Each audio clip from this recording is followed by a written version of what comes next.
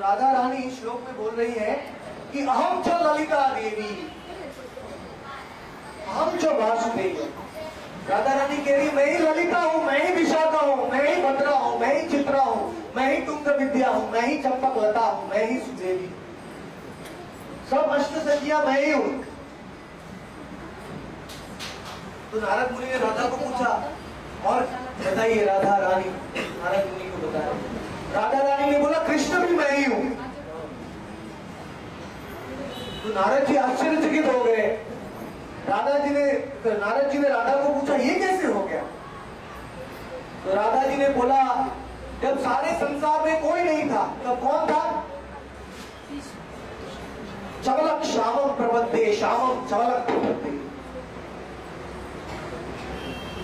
भगवान योगपीठ एक वृक्ष के नीचे बैठ के भगवान ध्यान कर रहे थे।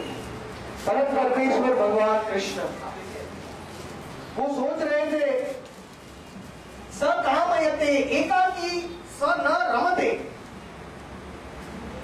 भगवान सोच रहे थे कि मैं अकेले कैसे लीला करूं, मैं अकेला हूं। तो भगवान ने जब ऐसा सोचा, भगवान एक्चुअली रास मंडल के बाजू में खड़े थे, भगवान को रास लीला करने का इच्छा हुआ, लेकिन उस समय में भगवान केवल अकेले थे और बाजू में पर्वत था जिसका नाम है शतशृंग। शतशृंग नाम का पर्वत है। ये पर्वत इस संसार में किसके रूप में आया है? गोवर्धन के रूप में। गोलोक में उसका नाम है शतशृंग।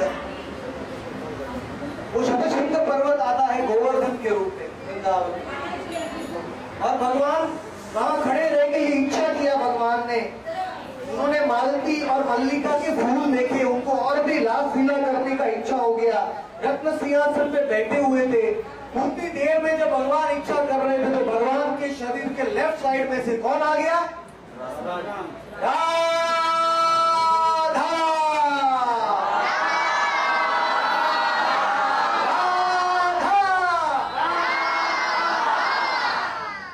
अभी मैं आपको प्रश्न पूछता हूँ, मैंने आपको हिंट दे दिया। राधा का नाम राधा क्यों हुआ?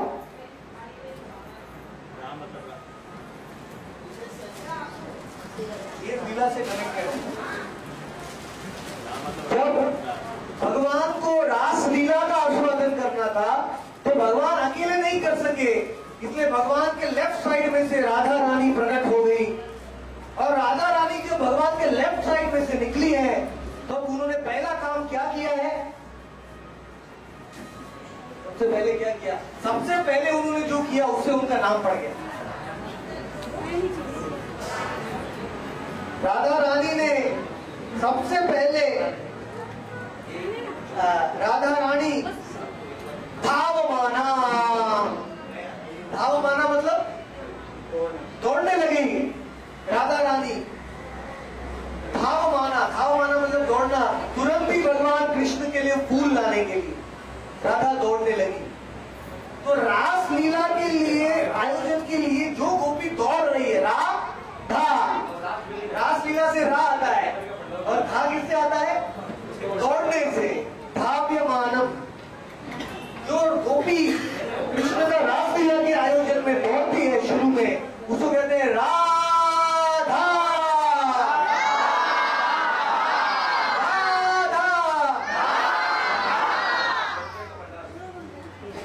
तो इस प्रकार से राधा पूर्ण शक्ति, कृष्ण पूर्ण शक्तिमान, दुई वस्तु भेद नहीं शास्त्रे प्रमाण। राधा पूर्ण शक्ति और कृष्ण कौन है? पूर्ण शक्तिमान। दोनों एक ही आत्मा है, खाली दो बंदे हैं। जो राधा और कृष्ण में भेद मानता है वो राधा को कभी नहीं प्राप्त, कभी नहीं मिल सकती। तो राधा रानी केवल कृष्ण के आनंद के लिए, दूसरा राधा रानी का नाम है ब्रह्म स्वरूपा। मेरे पीछे बोलिए, यथा ब्रह्म स्वरूपश्च श्री कृष्ण प्रकृते परः तथा ब्रह्म स्वरूपा सा निर्लिप्ता प्रकृते परः। जैसे भगवान श्री कृष्ण जब संसार में आते हैं तो वो प्रकृति में लिप्त नहीं होते, माया में नहीं आते हैं, वैसे राधा भी जब ये संसार में आती है तो राधा भी इस संसार में लिप्त नहीं होती, क्योंकि वो ब्रह्म स्वरूपा है, भगवान की स्वयं की शक्ति है। और राधा रानी भगवान के लेफ्ट साइड से प्रकट हो गया, लेकिन राधा रानी ने भी देखा कि रासलीला मैं अकेली भी नहीं कर सकती हूँ। रासलीला करने के लिए कौन चाहिए? गोपियां चाहिए। भगवान को अनेक गोपियां चाहिए। तो राधा रानी ने क्या किया पता है आपको? गोपियां कहां से प्रकट हो गई? राधा रानी ने खाली सोचा और राधा रानी के रोम में से गोपियां प्रकट, हर एक बाल के रोम में से आनंद चिन्मय रस प्रतिभाविता भी निज रूप दया कला भी। गोपियां है और राधा रानी की कला है, कला उनकी कलाएं गोपियों के रूप में प्रकट हो, उनके रोम में। तो भगवान देखिए बोले, मैं तुम्हारे पीछे नहीं रहने वाला हूँ, तुमने गोपियां प्रकट की है तो मैं सखाओं को प्रकट करता हूँ। तो भगवान के रोम में से कौन निकल गया? सब ग्वाल बाल निकल गए। तो दोनों में कंपटीशन हो गया। तो राधा रानी ने बोला ठीक है, आप सखाओं को निकाला, मैं अभी और भी कुछ प्रकट करती हूँ। ऐसे राधा रानी ने चिंतन किया तो राधा रानी के राइट साइड में से निकला रुक्मिणी, सत्यभामा, जाम्बवती, ये सब पत्नियां द्वारका की, सब राधा रानी की। तो भगवान बोले ठीक है, मैं भी कुछ करता हूँ। तो भगवान के राइट साइड में से कौन निकला? वसुदेव, संकर्षण, अनिरुद्ध और प्रद्युम्न, चतुर्व्यूह। वसुदेव कृष्ण, द्वारका के कृष्ण। तो राधा रानी ने बोला ठीक है और भी। तो राधा रानी का लेफ्ट साइड में से निकला है महालक्ष्मी, वैकुंठ की महालक्ष्मी। तो कृष्ण ने बोला मैं भी पीछे नहीं हूं। तो भगवान के लेफ्ट साइड में से कौन निकला? राइट साइड में से नारायण नारायण, चतुर्भुज नारायण। महालक्ष्मी के पति कौन है? तो राधा ने कहा मैं हार नहीं मानने वाली हूँ। तो राधा रानी ने इच्छा किया और राधा रानी की इच्छा से निकले महामाया। पहले तो योग माया निकली, फिर महामाया यानी दुर्गा और पार्वती, अंबिका, चंडिका, ये सब राधा रानी के अंश। तो कृष्ण ने बोला मैं भी पीछे नहीं। भगवान के शरीर से कौन निकला? सदाशिव, चतुर्भुज धारी। और सदाशिव के अंदर से निकला एकादश रुद्र, रुद्राणियां, ये सब भगवान के शरीर से। ऐसे करके पूरा सृष्टि पैदा हो। राधा और कृष्ण की कंपटीशन से पूरा सृष्टि प्रकट हो गया। अब मैं आपको राधा का जन्म के बारे में बता रहा हूँ। बहुत गुप्त लीला है ये। लीला किसी को पता नहीं था, लेकिन ये लीला जानने के लिए गर्ग मुनि की जो पुत्री है उनको ये प्रश्न पौर्णमासी देवी गर्गी को बताती है। गर्ग मुनि की पुत्री भगवान को बहुत प्रिय है, इसलिए पौर्णमासी जो योग माया है उसने ये लीला, भगवान की जन्म लीला बताई है। सबसे पहले तो वृंदावन में एक गोप रहता था, उसका नाम था बिंदु। क्या नाम था? बिंदु। मैं सबको नाम पूछूंगा बाद में, याद रखो। राधा रानी के उसका नाम था बिंदु। बहुत पैसे वाला था वो, बहुत भक्ति भाव वाला था। उसकी पत्नी का नाम क्या था? मुखरा। मुखरा है वो राधा कृष्ण की परम भक्त गोपी मुखरा। तो मुखरा ये 5 पुत्र थे और 3 पुत्रियां, भद्र कीर्ति, चंद्र कीर्ति, महाबल, महाकीर्ति और श्रीराम। और 3 पुत्रियां थी, भानुमुद्रा, कीर्तिमती और कीर्तिदा। इस सब में से इंपॉर्टेंट कौन है? सबसे इंपॉर्टेंट कीर्तिदा। क्यों कीर्तिदा इंपॉर्टेंट? राधा रानी की माता है कीर्तिदा सुंदरी, मुखरा की पुत्री है। तो कीर्तिदा का विवाह हो गया। बहुत लंबा लीला है, अभी समय नहीं है हमारे पास, आधा घंटा है। तो कीर्तिदा का विवाह हो गया महाभानु के पुत्र के साथ। महाभानु कौन था? बहुत पैसे वाला गोप था ब्रज में। उसके 5 लड़के थे, वृषभानु, चंद्रभानु, रत्नभानु, सुभानु और प्रतिभानु। 5 पुत्र थे उसके। उसमें से सबसे गुणवान, सबसे परम वैष्णव थे। उसके सबसे अच्छा पुत्र था कौन था? वृषभानु। एक्चुअली वृषभानु का अवतार महाभानु के पुत्र के रूप में अकस्मात नहीं हुआ। हजारों साल पहले सूर्य देवता है ना, सूर्य देवता, सूर्य देव का क्या नाम है? भानु। भानु मतलब सूर्य देव। तो सूर्य देव ने गोलोकेश्वरी से प्रार्थना की कि मुझे कोई संसार की कोई देवी नहीं चाहिए, लेकिन मुझे डायरेक्ट गोलोकेश्वरी पुत्री के रूप में चाहिए। गोलोकेश्वरी कौन है? राधा।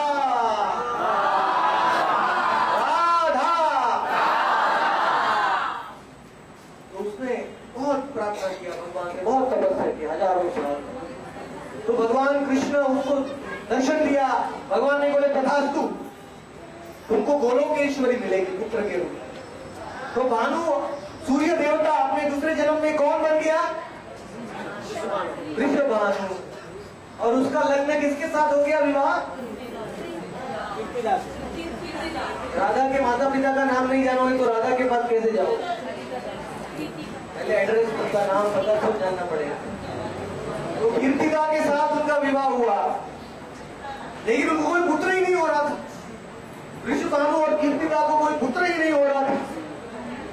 तो कीर्तिदा ने, वृषभानु ने बहुत तपस्या किया हजारों साल तक, मतलब कई कठोर तपस्या, लेकिन उनको पुत्र नहीं हो रहा था।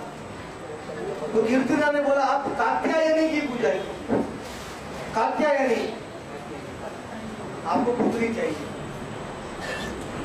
तो वृषभानु ने बोला ठीक है। तो वृषभानु है वो गोवर्धन के तलेटी में जमुना जी की नदी में चले गए और बहुत लंबे समय तक उन्होंने कात्यायनी का पूजा किया, बहुत उपवास किया, बहुत कष्ट किया, लेकिन वृषभानु को कोई भी पुत्री नहीं हो रही। तो वृषभानु बहुत दुखी हो गए। तो वृषभानु ध्यान में बैठ के बोले मुझे पुत्री क्यों नहीं हो रही है? देखिए राधा को पुत्री के रूप में प्राप्त करने के लिए क्या करना पड़ता है। तो वृषभानु जब ध्यान में बैठे थे तो वृषभानु को आकाश में से आवाज आया, सब लोग मेरे पीछे बोलिए, हरि नाम बिना वत्स कर्ण शुद्धिर न जायते तस्मात् श्री अक्षरम राजन हरि नामानुकीर्तनम गृहाण हरि नामानि यथा क्रमं विनिष्ठितः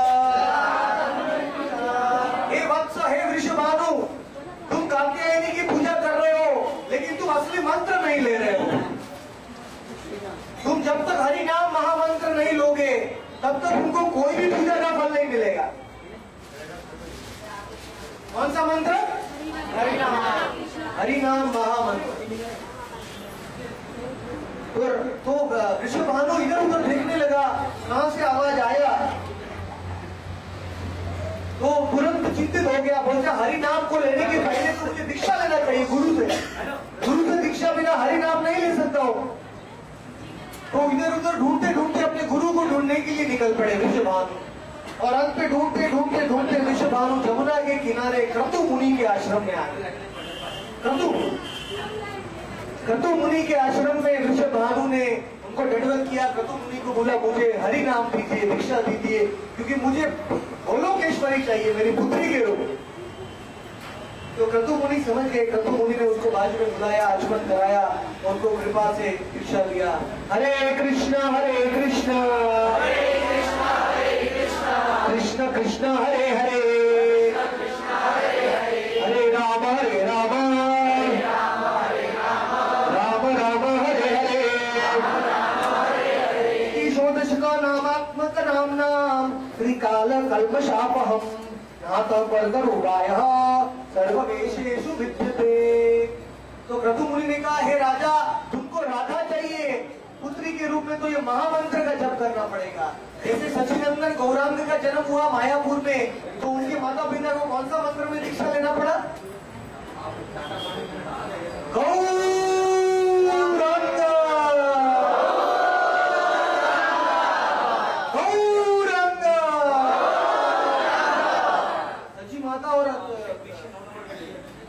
जगन्नाथ मिश्र को पुत्र नहीं हो रहा था, उनको भोलों को ईश्वर पुत्र के रूप में चाहिए। तो अद्वैत आचार्य ने आके उनको गौरांग मंत्र में दीक्षा दी, तब उनको पुत्र। इसी तरह राधा को पुत्री के रूप में प्राप्त करने के लिए कौन सा मंत्र करने पड़ेगा?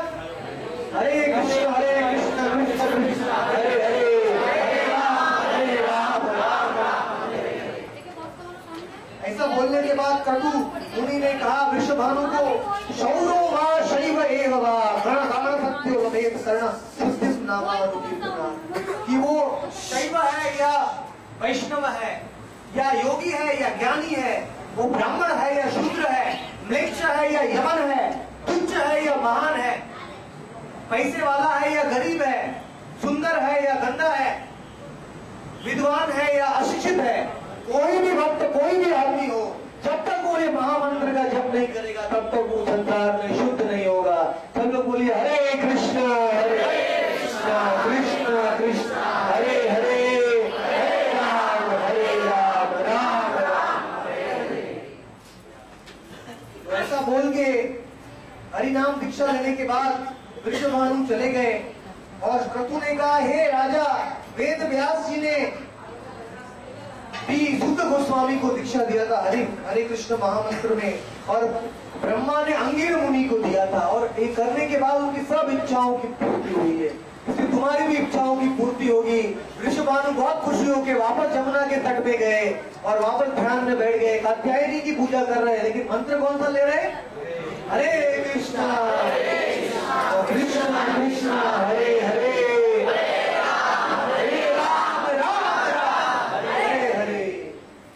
जब ऋषभानु बैठ गए ध्यान में, उनका ध्यान सफल हो गया और कात्यायनी प्रसन्न हो गई। और कात्यायनी देवी उनके सामने आके खड़ी रही। कात्यायनी बोला, हो क्या चाहिए तुमको ऋषभानु? ऋषभानु को बोले, हे कात्यायनी, आप ऑलरेडी जानती हो मुझे क्या चाहिए, फिर क्यों पूछ रहे हो? जल्दी जल्दी मेरी इच्छा पूरी करो। तो कात्यायनी ने बोला, तथास्तु। ऐसा बोला तो कात्यायनी के हाथ में एक बहुत सुंदर सोने का अंडा आ गया। क्या आ गया?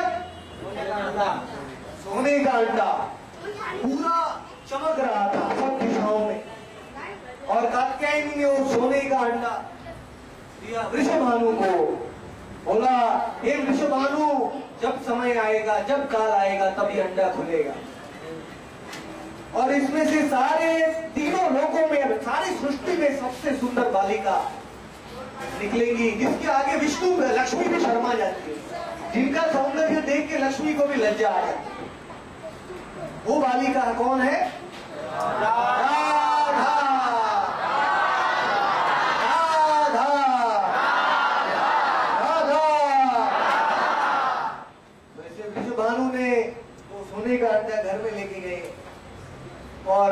उसको देखने लग गई। लेकिन वृषभानु को पता नहीं था कि एक महासंकट आने वाला है। राधा के जन्म के पहले तो वृषभानु तो गिरगिटा वहां पूजा करने लगे, लेकिन उतनी देर में और एक राजा था, उसका नाम था विंध्याचल। विंध्याचल जो पर्वत का राजा, वो हिमालय के साथ कंपटीशन कर रहा था। हिमालय की पुत्री कौन है? गौरी। तो हिमालय बहुत खुश है, बोलते तीनों लोगों में मेरी पुत्री सबसे सुंदर है, थोड़ा शो ऑफ करना है, सबसे सुंदर। तो विंध्याचल ने सोचा कि मुझे ऐसी पुत्री चाहिए जो गौरी से भी सुंदर, और मुझे ऐसी पुत्री चाहिए जो ऐसे व्यक्ति के साथ शादी करेगी जो महादेव को भी हरा दे। मतलब गौरी के पति कौन है? महादेव, उसको भी हरा दे, ऐसी मुझे पुत्री चाहिए। तो विंध्याचल ने बहुत ध्यान किया, लेकिन ऐसी पुत्री कहां से मिलेगी? वो तो बोलो क्या है, राधा। वो तो ऑलरेडी जन्म ले चुकी थी वृंदावन में, राधा। लेकिन तो भी विंध्याचल ने ब्रह्मा जी के पास गए और कठोर तपस्या किया ब्रह्मा जी का। ब्रह्मा जी प्रसन्न हुए, बोले हे ब्रह्मा, मुझे बोलो, मतलब मुझे ऐसी पुत्री दो जो गौरी से भी सुंदर है, जो शिव शंकर जी को भी हरा दे, वैसे उसको पति मिलेगा। तो ब्रह्मा बोला आई एम सॉरी, मैं भी कुछ नहीं कर सकता हूं, मैं तो ये ब्रह्मांड के अंदर लिमिटेड हूं। तुम जो मांग रहे हो तो गोलोकेश्वरी राधा को मांग रहे हो पुत्री के रूप में, ऑलरेडी वो जन्म ले चुकी है, अभी मैं कुछ नहीं कर। विंध्याचल रोने लगा। विंध्याचल बोला कोई तो उपाय कीजिए, कोई थोड़े समय तक भी ऐसी पुत्री मुझे मिले तो भी मैं धन्य हो जाऊं। तो ब्रह्मा बोले थोड़े समय के लिए मैं ट्राई कर सकता हूं। तो ब्रह्मा जी ने विंध्याचल की इच्छा को पूरी करने के लिए, विंध्याचल ने तो ब्रह्मा जी का तपस्या किया, लेकिन ब्रह्मा जी को खुद तपस्या करना, विंध्याचल को आशीर्वाद देने के लिए। तो ब्रह्मा जी ने वापस तपस्या किया, और ब्रह्मा जी की तपस्या से भगवान प्रसन्न हुए। बोले क्या चाहिए तुमको? ब्रह्मा बोलते मुझे विंध्याचल को ये वरदान देना है कि उसको राधा पुत्री के रूप में मिल जाए। भगवान कृष्ण बोले ऐसा वरदान तुम क्यों दोगे, तो बहुत कठिन है। नहीं कैसे भी कीजिए आप। तो भगवान बोले ठीक है। भगवान ने योग माया को बुलाया। भगवान ने बोला इधर आओ योग माया, तुम एक उपाय करो। तुम जैसे बलराम को तुमने रोहिणी के घर से निकाल के किसके घर में डाल दिया? देवकी के घर से निकाल के रोहिणी के घर में दे दिया है, वैसे तुम राधा को कीर्तिदा के पास से निकाल के विंध्याचल की पत्नी के घर पे डाल दो। योग माया आश्चर्यचकित हो गई। योग माया बोली अरे राधा तो ब्रज को छोड़ के कैसे जाएगी? भगवान ने बोला तुम चिंता मत करो, जब समय आएगा तब राधा वापस ब्रज में आ जाएगी, लौट जाएगी। और राधा की जो बहन है चंद्रभानु की पुत्री, उसका नाम है चंद्रावली, वो सर्व गुणवान गोपी है। केवल वृंदावन में ब्रज में राधा की एकमात्र कंपटीशन है चंद्रावली। वो महाभाव उसको भी, चंद्रावली को भी। तो चंद्रावली को तुम भी, चंद्रावली को भी ट्रांसफर कर दो विंध्याचल के घर पे, पत्नी के घर पे, क्योंकि उनको दो पुत्रियां चाहिए, बहन, दोनों बहन है। तो योग माया ने दोनों को ट्रांसफर कर दिया किसके घर में? विंध्याचल की पत्नी। और जैसे उनके घर में आ गए तो विंध्याचल की पत्नी करोड़ों सूर्य जैसे तेजस्वी हो गई। सब लोग उनकी पूजा करने लगे उसको देखते ही। और उसके बाद राधा का जन्म हुआ, और जब राधा का जन्म हुआ तो पूरे विंध्याचल के राज्य में आनंद बच गया। ऐसी सुंदर पुत्री को बोलो जय जय श्री राम।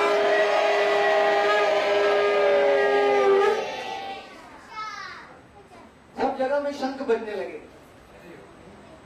और विंध्याचल ने पूरे भारत में सबसे बड़े बड़े पंडितों को बुलाया, ब्राह्मण पंडितों को।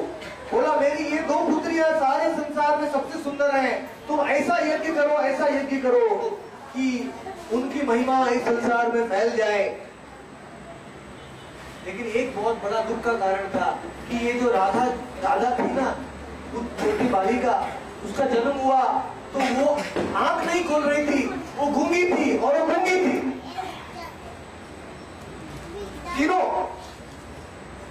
राधा कुछ बोल नहीं रही थी, कुछ सुन नहीं रही थी और आंख भी नहीं खोल रही थी। ये क्यों हुआ पता है आपको? कृष्ण के लिए नहीं, गोलोक में जब दोनों में एग्रीमेंट हुआ, राधा और कृष्ण में, कृष्ण ने कहा राधा को मैं जा रहा हूं इस संसार में, द्वापर युग में मैं ओरिजिनल स्वरूप में जा रहा हूं। तो राधा ने कहा हे प्रभु, तू दुखदायी संसार में क्यों जा रहे हैं, हमारा लीला क्या होगा गोलोक में? कृष्ण ने बोला देखो मुझे जाना पड़ेगा, लेकिन तुम भी आ सकती हो, तुम्हारे बिना तो मेरा लीला कैसे होगा? लेकिन राधा को ऑलरेडी श्रीराम ने श्राप दे दिया था। राधा और श्रीराम, एक बार क्या हुआ, राधा ने अपना निकुंज का दरवाजा बंद कर दिया कृष्ण के लिए। तो कृष्ण है वो श्रीराम के साथ आए हुए थे, क्योंकि कृष्ण लेट आए। तो राधा रानी बोली अभी मैं कृष्ण को नहीं मिलूं। तो श्रीराम गुस्सा हो गया, बोलते हे राधे, तुम जानती नहीं हो मेरे भगवान, उनका एक इच्छा से करोड़ों लक्ष्मियां पैदा हो जाती है और तुम भगवान को ना बोल रही हो मिलने के लिए। ये राधे, ये लीला है। तो राधा रानी की आंख लाल हो गई। राधा रानी ने बोला श्रीराम, तुम खाली गोलोक पति को मानते हो, मैं गोलोक ईश्वरी हूं, मुझे नहीं समझते हो तुम, इसलिए तुम गोलोक में रहने के लिए अधिकारी नहीं हो, तुम संसार में राक्षस बन जाओ। श्रीराम रोते रोते भगवान के पास गया, भगवान को पूछा क्या करूं अभी मैं, बहुत लेट हो गया। नहीं, श्रीराम ने फिर राधा को शाप दिया। श्रीराम ने बोला हे राधे, तुमको भी एक साधारण मनुष्य के घर में जन्म लेना पड़ेगा, तुम गोलोकेश्वरी हो तो भी, और तुमको 100 साल तक भगवान के विरह में रोना पड़ेगा। भगवान 11 साल की उम्र में तुमको छोड़, लेकिन बाद में वापस 100 साल के बाद तुम गोलोक में भगवान के साथ एक हो जाओ, मिल जाओ। तो राधा रानी भी आश्चर्य, राधा रानी भी रोने लगी। ये क्या है कि ये शाप के बिना दोनों धाम को छोड़ने नहीं वाले थे, इसलिए भगवान ने ऐसा आइडिया किया कि एक दूसरे को शाप दे दिया, एटलीस्ट वो इस संसार में तो आए, नहीं तो गोलोक धाम की लीलाओं को कौन छोड़ सकते। तो बाद में श्रीराम बन गया शंखचूड़। इतना महान राक्षस को कोई नहीं हरा सकता। महादेव जी शंखचूड़ को मार के उसका मणि लेके भगवान ने बलराम को दे दिया, बलराम ने वो मणि राधा को दे दिया और राधा रानी का जन्म हुआ इस प्रकार। और भगवान एक्चुअली विरजा नाम की गोपी के साथ भगवान लीला कर रहे थे, इसलिए राधा रानी भगवान को मिलने के लिए तैयार थे। वो विरजा नाम की गोपी को भगवान छोड़ के राधा के पास गए, तो विरजा ने अपने पुत्रों को शाप दिया, क्योंकि क्या हुआ कि विरजा कृष्ण के साथ लीला कर रही थी, लेकिन उसका छोटा पुत्र है वो आ गया, बोलते माँ माँ माँ मेरे को ये मेरे 6 भाई मुझे सता रहे हैं। जब ऐसा बोला तो भगवान कृष्ण ने सोचा ये उनके पुत्र को मैं पहले पालन करो, मैं जा रहा हूँ। तो भगवान चले गए, तो विरजा अपने छोटे पुत्र के ऊपर इतना गुस्सा हो गई, बोले तुम गोलोक में रहने के लिए अधिकारी नहीं हो, तुम इस संसार में जाके नमक का सागर बन जाओ। तो विरजा का एक पुत्र है वो नमक का सागर बन गया, उसको क्या कहते हैं, लवण सागर। लवण संस्कृत में नमक को कहते लवण सागर। फिर विरजा का गुस्सा और कम नहीं हुआ, विरजा अपने और 6 पुत्रों के पास गई। विरजा ने बोला तुम्हारे वजह से कृष्ण मुझे छोड़ के हमेशा चले गए, इसलिए तुम 6 भी तुम सागर बन जाओ, तुम एक पुत्र है तुम बन जाओ गन्ने का जूस का सागर। गन्ने का एक पूरे ब्रह्मांड में 7 सागर है। कितने सागर है? 7। वो सब विरजा के पुत्र है। गन्ने का रस का सागर बन जाओ। दूसरे पुत्र को कहा तुम दारू का सागर बन जाओ, सुरा। चौथे पुत्र को कहा तुम घी का सागर बन जाओ, और 5वें पुत्र को कहा तुम दही का सागर बन जाओ, और 6ठे पुत्र को कहा तुम दूध का सागर बन जाओ। ऐसे सप्त सागर इस ब्रह्मांड में प्रकट है, सप्त द्वीप। इस प्रकार से देवता रोने लगी, भगवान उसके पास वापस आए, उसको शांत किया। तो इस प्रकार से सब गोलोक धाम से नीचे आ रहे हैं भगवान की लीला में सहयोग देने के लिए। और मैं कहाँ था अभी? हाँ, विंध्याचल ने बड़ा यज्ञ किया, और ब्राह्मणों को बुलाया और बोला मेरी ये दो पुत्रियों को शुभ बना, मतलब उनको वरदान दे दो ताकि उनमें कोई अशुभ नहीं लग सके। ये पुत्रियां मेरे पास ही रहनी चाहिए हमेशा के लिए।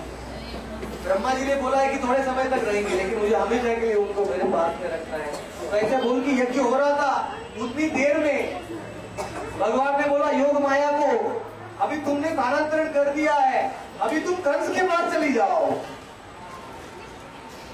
तो बलराम जी का जब जन्म हुआ उसके बाद तो स्थानांतरण हो गया। फिर कंस देवकी का 8वां पुत्र को मारने के लिए आया, देवकी का 8वां संतान। तो 8वां संतान कौन निकला? योग माया।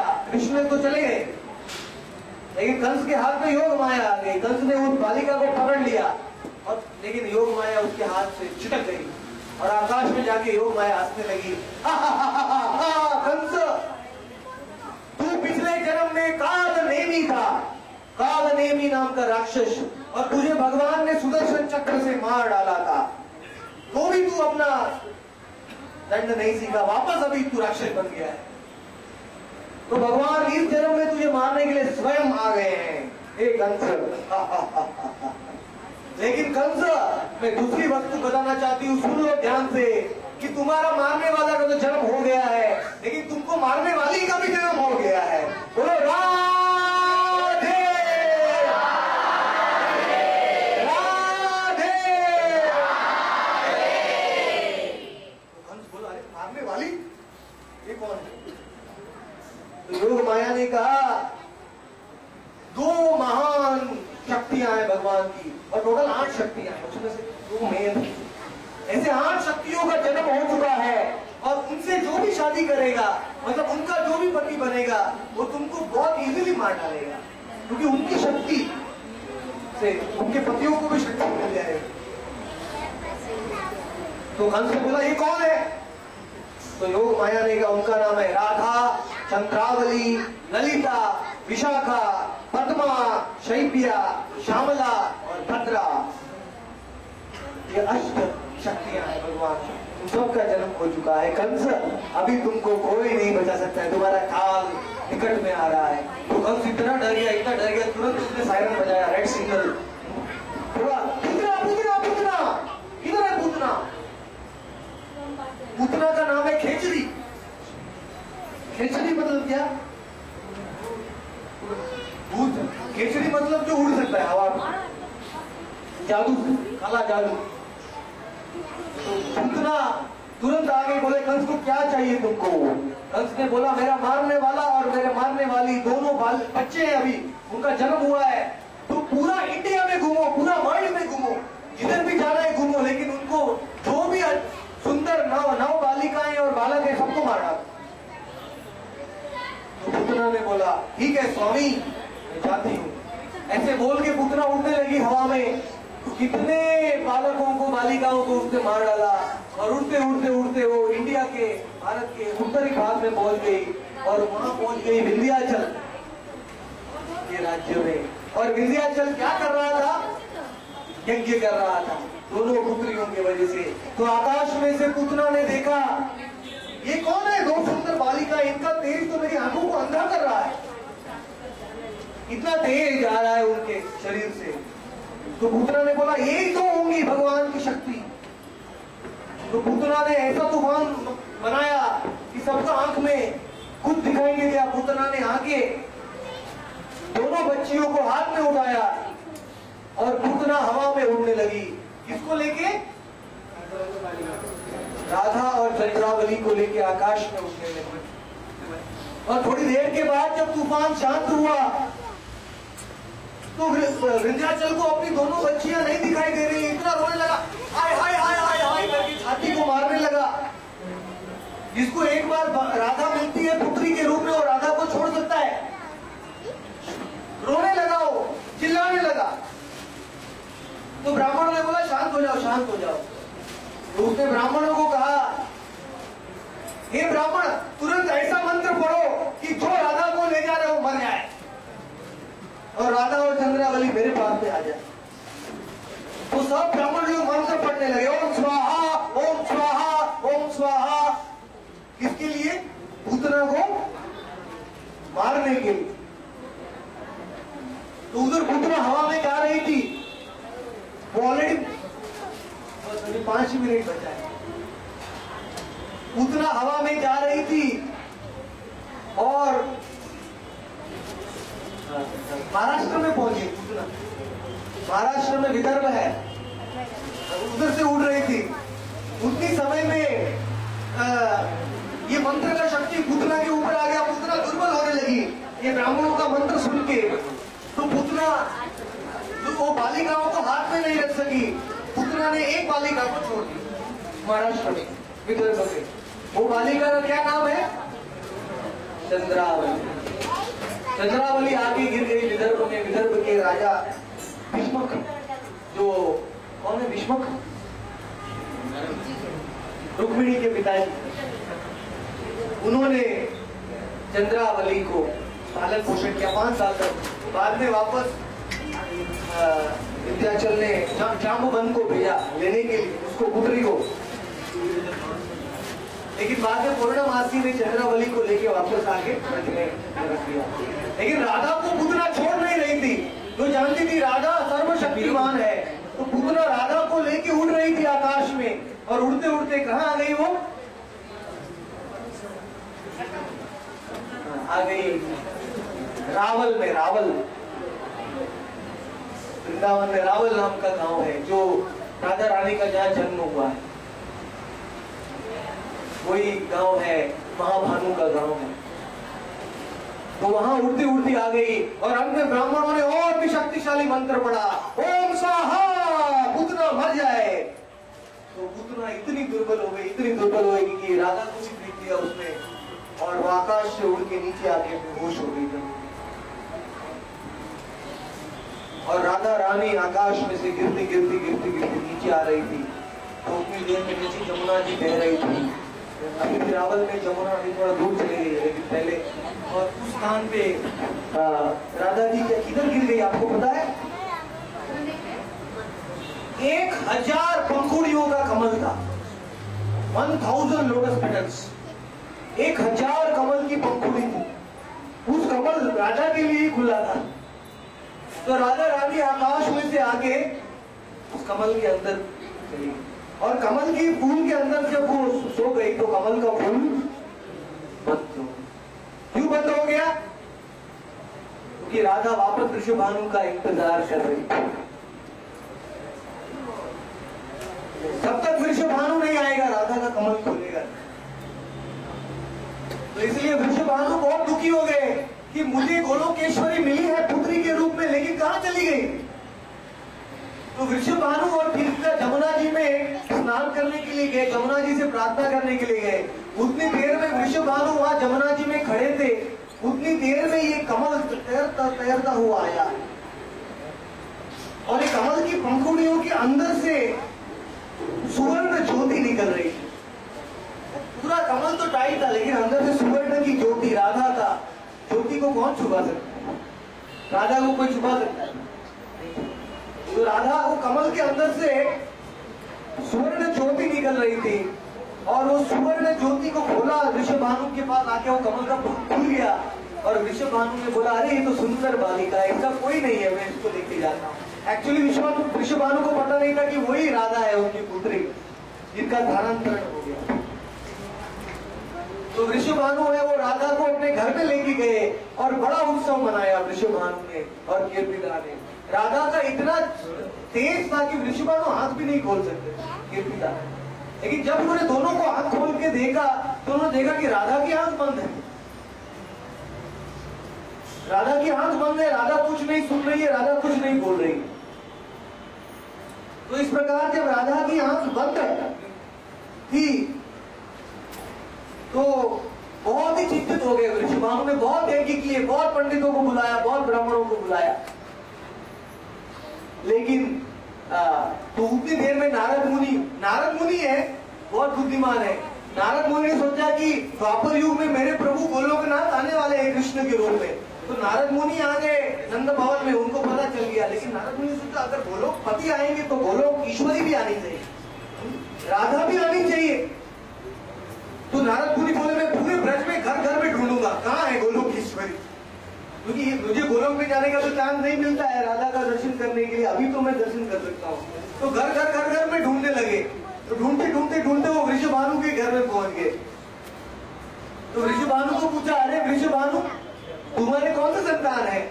वृषभानु ने कहा मेरा एक सुंदर पुत्र हुआ है, उसका नाम है श्रीराम। राधा रानी का भाई कौन है? श्रीराम। तो मुझे एक सुंदर संतान हुआ, उसका नाम है श्रीराम। ये श्रीराम बहुत ही सुंदर है, देखने में बहुत ही अच्छा है, आप इसको आशीर्वाद दीजिए। तो श्रीराम जब आया तो श्रीराम को गोदी में लिया। नारद मुनि बहुत खुश हो गए उसका सौंदर्य देख के। फिर नारद मुनि ने उसको आशीर्वाद दिया। नारद मुनि उठ के चलने ही वाले थे, उतने देर में वृषभानु ने कहा रुकिए, मेरी और भी एक पुत्री है जो आंखें नहीं खोल रही, आप उनको देखेंगे क्या उस पुत्री को? नारद मुनि ने बोला जरूर, मैं उसको भी तो ढूंढ रहा हूँ मैं गोलोकेश्वरी को भी तो ढूंढ रहा हूँ। तो नारद जी अंदर गए घर के, और वृषभानु ने राधा को दिखाया, और राधा को देख के नारद मुनि बेहोश हो गए। नारद मुनि बोले ये तो गोलोकेश्वरी है। जब राधा को नारद मुनि ने अपने हाथों में लिया, तब नारद मुनि को ऐसा प्रेम मिला कृष्ण के प्रति, जो नारद मुनि ने खुद कभी अनुभव नहीं किया था। तो नारद मुनि बोले ये राधे मूर्छित हो गए वो प्रेम में, बोले राधे का प्रेम सर्वोत्तम। तो ऐसा बोल के जब उनको समाधि लग गई, तब समाधि में वो बच्ची है ना छोटी सी, वो बड़े हो गए, 14 साल के हो गए, कैशोर अवस्था में राधा रानी बन गई। और राधा रानी ने बोला नारद मेरी स्तुति करो, तुमको मैंने ये रूप दिखाया जो किसी ने नहीं देखा है, मेरे कैशोर स्वरूप मैं खाली कृष्ण को दिखाती हूँ, बस और किसी के लिए नहीं है। तो नारद जी ने बोला मैं क्यों इसका लायक बनाऊं, मैं क्यों इसका अधिकारी बनूं?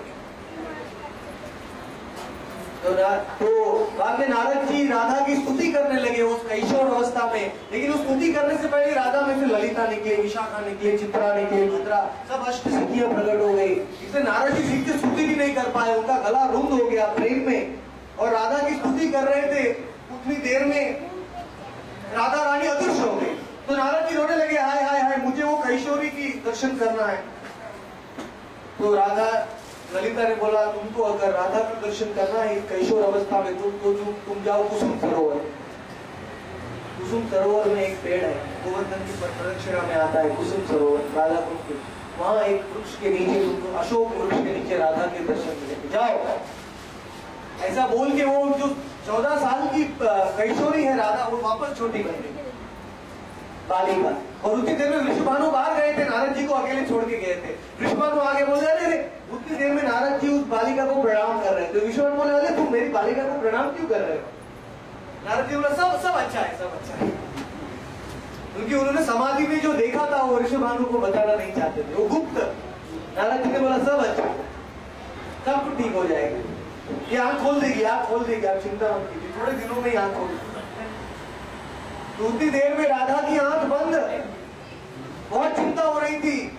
उतनी देर में राधा के जन्मदिन में मनाने के लिए दूसरे साल में कृष्ण आ गए, यशोदा नंद को लेके। भगवान कृष्ण छोटे बालक के रूप में आ गए उस महल में, बरसाने के महल में। तब यशोदा सीधे राधा के रूम में गई, पर यशोदा ने देखा इतनी सुंदर बालिका है लेकिन आंख नहीं खुल रही है। तो यशोदा ने वो बालिका को अपनी एक गोदी में रखा, और कभी कृष्ण रोने लगे, बोलते खाली राधा के साथ तुम लीला कर रही हो। तो दूसरी हाथ से यशोदा ने कृष्ण को अपनी दूसरी गोदी में रखा, और जैसे ही कृष्ण को अपनी दूसरी गोदी में रखा तो कृष्ण का सुगंध किसको आया? राधा रानी। सुवासा, वंशी वदन सुवासा, भगवान की सुगंध तीनों लोगों को मोहित कर देती है।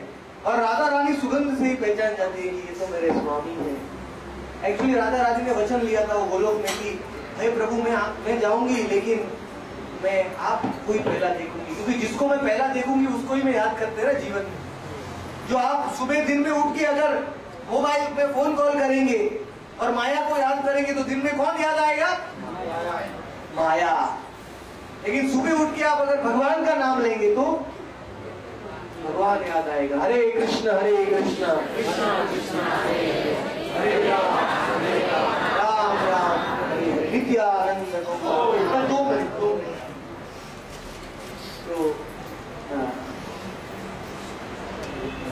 तो जब कृष्ण का सुगंध आया राधा को, तो राधा ने तुरंत आंख खोली और भगवान कृष्ण ने भी आंख खोल लिया, दोनों ने। और दोनों एक दूसरे को देख के केवल इशारे से अपने लीला करने लगे। यशोदा को पता नहीं चल रहा है दोनों एक दूसरे को क्यों देख। और जब राधा ने आंख खोल लिया तो कीर्तिदा इतनी खुश हो गई कि उन्होंने यशोदा को बेस्ट फ्रेंड बना दिया। बोला तुम्हारे आने से मेरी बालिका। तो उसके बाद क्या हुआ? दुर्वासा मुनि आए। दुर्वासा मुनि की छटाओं को देख के सब गोपियां भाग गई, लेकिन राधा नहीं भागी। राधा रानी बैठ गई। दुर्वासा मुनि ने बोला, हे राधे, तुम तो बोलो कि तुम्हारे शरीर से इतना तेज, तुम तो बोलो कि ईश्वरी हो, तुम मेरे लिए खीर बनाओगी? खीर? तो राधा रानी ने बोला जरूर। तो राधा रानी गई तुरंत भाग के घर में।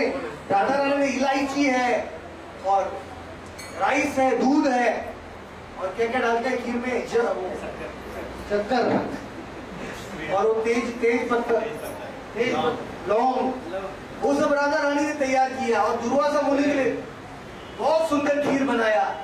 और जब खीर बनाया तो दुर्वासा मुनि उसको जैसे ही खाया, उनका पूरा शरीर में समाधि हो गया, रोमांच हो गया। तो बोला, हे राधे, तुमको मैं वरदान देता हूँ कि जो भी तुम्हारे हाथ का खाएगा वो अमर बन जाएगा, अमृत बन जाएगा, और उसका यश सारे जगत में फैल जाएगा, उसका ज्ञान सारे विश्व में जाना जाएगा। भगवत गीता भगवान ने बोला है ना, वो सारे विश्व में क्यों जाना जाता है? क्योंकि उन्होंने राधा की खीर खाई है। भगवान अगर राधा रानी का भोजन नहीं खाया होता तो भगवान भगवत गीता भी नहीं बोल सकते। सब शक्ति कृष्ण को राधा से मिल रही है। विश्वनाथ चक्रवर्ती समझाते हैं कि राधा और कृष्ण जब चुंबन करते हैं ना, तो राधा का अधरामृत कृष्ण के अंदर चला जाता है। इसलिए राधा कृष्ण के चरण इतने मधुर हो जाते हैं। चरणारविंद, कृष्ण के चरण इतने मीठे क्यों हो जाते हैं? क्योंकि राधा का अधरामृत को लेके कृष्ण के चरण भी मधुर हो जाते हैं। तो ऐसे अनेक लीलाएं मैं अंत करता हूँ 2 मिनट आखिरी लीला बोल के, समय कम है। राधा रानी के लिए तो 1 सप्ताह करना पड़ेगा साथ में। तो आखिरी लीला है ये कि भगवान पूरे ब्रज में दिखाना चाहते थे कि राधा रानी तो सबसे सर्वोत्तम है।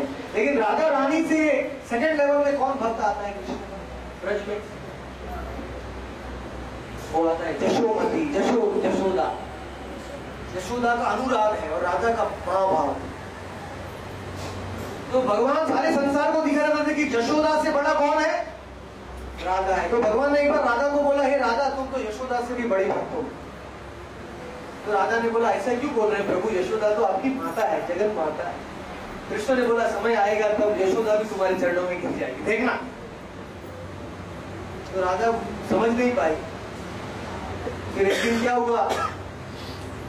एक दिन महल में भगवान गायों को चराने के लिए गए थे। वहां से गोपियां भगवान को पकड़ के अपने महल में लेके आई और भगवान को नचाने लगी, भगवान को नृत्य कराने लगी।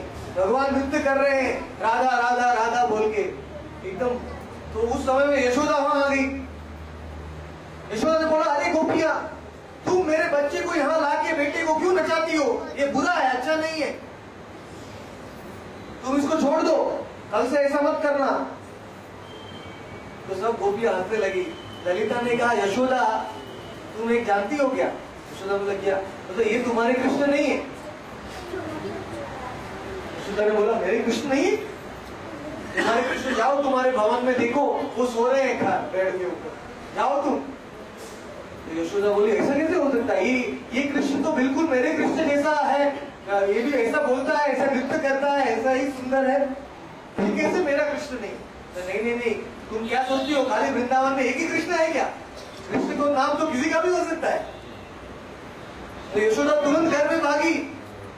तो घर में देखती है तो घाट के ऊपर भगवान कृष्ण सो रहे। तो भगवान कृष्ण को सोते हुए देख के यशोदा वापस रिटर्न में आ गई। अरे हाँ ये तो सही बात है, वो तो कृष्ण सो रहे, ये तो तुम्हारा कृष्ण है क्या?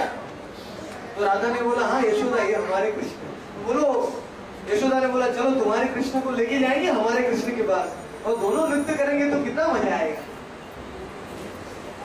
तो राधा ने बोला देखो यशोदा हमको डर लगता है कि दोनों कृष्ण देखने में एक जैसे हैं, तो अगर एक बार लेके जाएंगे तो तुम्हारा कृष्ण और हमारा कृष्ण मिक्स हो जाएंगे, कैसे पता चलेगा तुम्हारा कृष्ण कौन है हमारा कृष्ण कौन है? तो यशोदा ने बोला नहीं नहीं नहीं, किसी भी तरह ये दोनों कृष्ण को मैं नाचना देखना चाहती हूँ। तो राधा रानी ने क्या किया, अपने शरीर का चंदन निकाल के एक चंदन का टीका लगाया कृष्ण के ऊपर। ऐसा लग रहा था कि वो सोने के पहाड़ में से चंद्र का उदय हो रहा है। कृष्ण भगवान इतने सुंदर बन गए, राधा रानी का चंद्र का टीका लगा। बोले हमारा कृष्ण के पास ये चंदन का टीका है सेंटर में, तुम्हारे कृष्ण के पास टीका नहीं, मतलब आइडेंटिफिकेशन के लिए। इसलिए आजकल लोग बहुत लोग जल्दी जल्दी में तिलक करते हैं ना, एक चंदन का टीका लगा देते सेंटर में।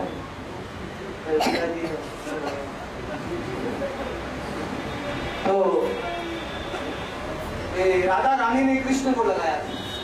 तो जब कृष्ण गए तो लेके, तो ये कृष्ण भी उड़ के आए और दोनों कृष्ण ऐसा नाचने लगे कि सब लोग देख के मुग्ध हो गए। इतना सुंदर नृत्य किया, यशोदा भी बहुत आनंद में हो गई, सब गोपियां भी हंसने लगी। लेकिन सडनली क्या हुआ, नृत्य के बीच में दोनों कृष्ण एक बाजू में आए और यशोदा का कृष्ण राधा के कृष्ण में समा गया। यशोदा का कृष्ण राधा के कृष्ण में समा गया। तो थोड़ी देर के बाद यशोदा को होश आया, बोले मेरे कृष्ण कहाँ गया? तो राधा ने कहा वो आप ढूंढिए, मेरा कृष्ण तो यही है क्योंकि इसके माथे पे चंदन था, ये तो मेरा कृष्ण है। तो यशोदा बोली अरे मैं उसके बिना कैसे रह सकती हूँ, मैं अभी ही मर जाऊंगी, मेरे कृष्ण को वापस दे दो। तुमने गोपियों ने किधर छुपाया है उसको? गोपियों ने बोला हम यहाँ से बाहर गए ही नहीं है, देखो तुम्हारे महल का कितना बड़ा दीवार है, यहाँ से तो हम बाहर गए ही नहीं, हम कहाँ से छुपाएंगे तुम्हारे कृष्ण? यशोदा ने बोला नहीं नहीं, अगर आप नहीं देंगे तो मैं ऐसे करके यशोदा धीरे धीरे धीरे धीरे बेहोश हो रही थी। वो खुद अपने मृत्यु मरने का निश्चय कर लिया यशोदा ने, कृष्ण के बिना जीवित नहीं रह सकती है। तो राधा ने कृष्ण की ओर देखा, बोला अभी आप कुछ कीजिए, आप दो में से एक हो गया, आपने प्रॉब्लम पैदा किया। तब यशोदा है वो राधा के चरणों में गिर गई। यशोदा बोली हे राधा मैं तुम्हारी दासी बनने को तैयार हूं, लेकिन मेरा कृष्ण वापस दे दो। तो जब भगवान कृष्ण को देखने लगे, राधा कृष्ण की ओर देखने लगे, बोला मैंने बोला था ना यशोदा तुम्हारे चरणों में गिर जाएगी। बोलो राम